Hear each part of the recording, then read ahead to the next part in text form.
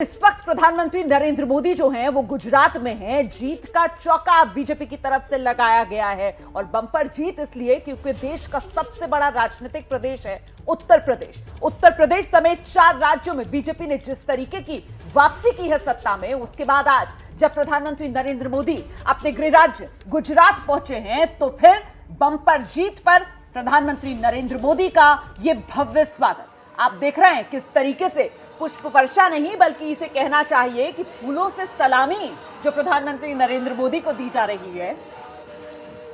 और इस वक्त पीएम जो है वो बीजेपी मुख्यालय में पहुंच चुके हैं। कमलम गुजरात में पार्टी का मुख्यालय, वहां प्रधानमंत्री नरेंद्र मोदी पहुंच चुके हैं और बड़ी साफ तस्वीर है कि बीजेपी 4 राज्यों में जीत का चौका लगाने के बाद अब मिशन गुजरात के लिए जुट गई है।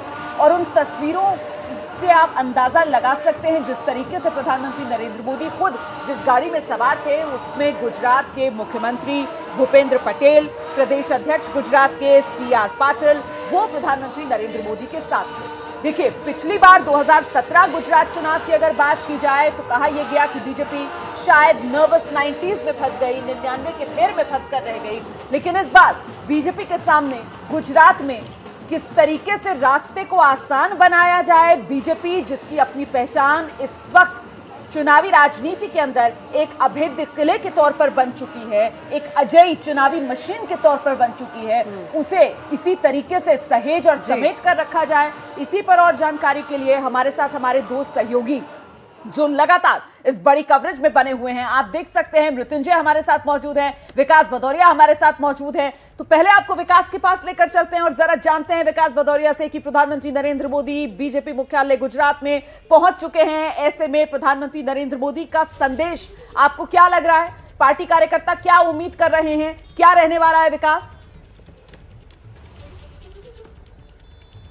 ये देखिए, जो बैठक है प्रदेश कार्यालय में उसमें परिचय की बैठक है, क्योंकि सीआर पाटिल के प्रदेश अध्यक्ष बनने के बाद प्रधानमंत्री नरेंद्र मोदी का संगठन के पदाधिकारियों के साथ कोई बैठक नहीं हुई थी और इस वजह से परिचय भी नहीं हो पाया था। तो तमाम संगठन के पदाधिकारी वहां पर मौजूद रहेंगे। इसके अलावा मंच पर प्रधानमंत्री नरेंद्र मोदी के अलावा मुख्यमंत्री भूपेंद्र पटेल रहेंगे, प्रदेश अध्यक्ष सीआर पाटिल रहेंगे, स्वास्थ्य मंत्री मनसुख भाई मांडविया रहेंगे और पार्टी के जो संगठन महामंत्री रत्नाकर जी वो मौजूद रहेंगे और बाकी वरिष्ठ पदाधिकारियों से परिचय होगा। और उसके बाद प्रधानमंत्री नरेंद्र मोदी की तरफ से एक संबोधन होगा।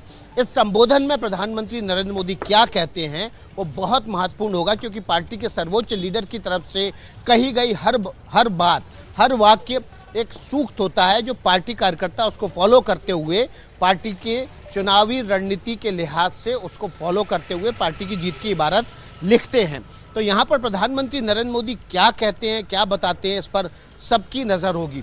और उसके बाद प्रधानमंत्री नरेंद्र मोदी जीएमडीसी ग्राउंड पर जाएंगे, जहां पर वो पंचायत प्रतिनिधियों के सम्मेलन को संबोधित करेंगे।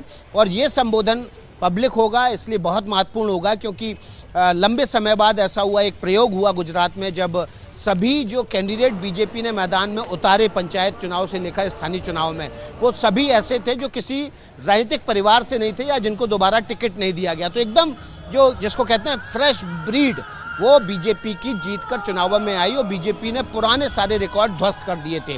तो इस यूथ के जरिए, इस नई बयार के जरिए प्रधानमंत्री नरेंद्र मोदी गुजरात को क्या संदेश देते हैं, इन 4 राज्यों की जीत के बड़े प्लेटफॉर्म के बाद वो एक बहुत बड़ा संदेश होगा जिसको पकड़ना बिल्कुल राजनीतिक पंडितों के लिए बहुत अहम होगा। और ये इसलिए भी अहम हो जाता है क्योंकि अगला चुनाव गुजरात में, विधानसभा का चुनाव गुजरात में ही है और जीत का चौका लगाने के बाद जीत का पंचक हासिल करने के लिए प्रधानमंत्री गुजरात में आज सुबह से लगातार रोड शो के जरिए और बैठकों के जरिए जीत का मंत्र दे रहे हैं कार्यकर्ताओं को।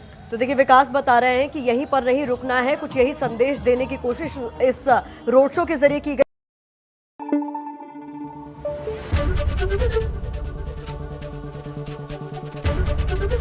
एबीपी न्यूज आपको रखे आगे।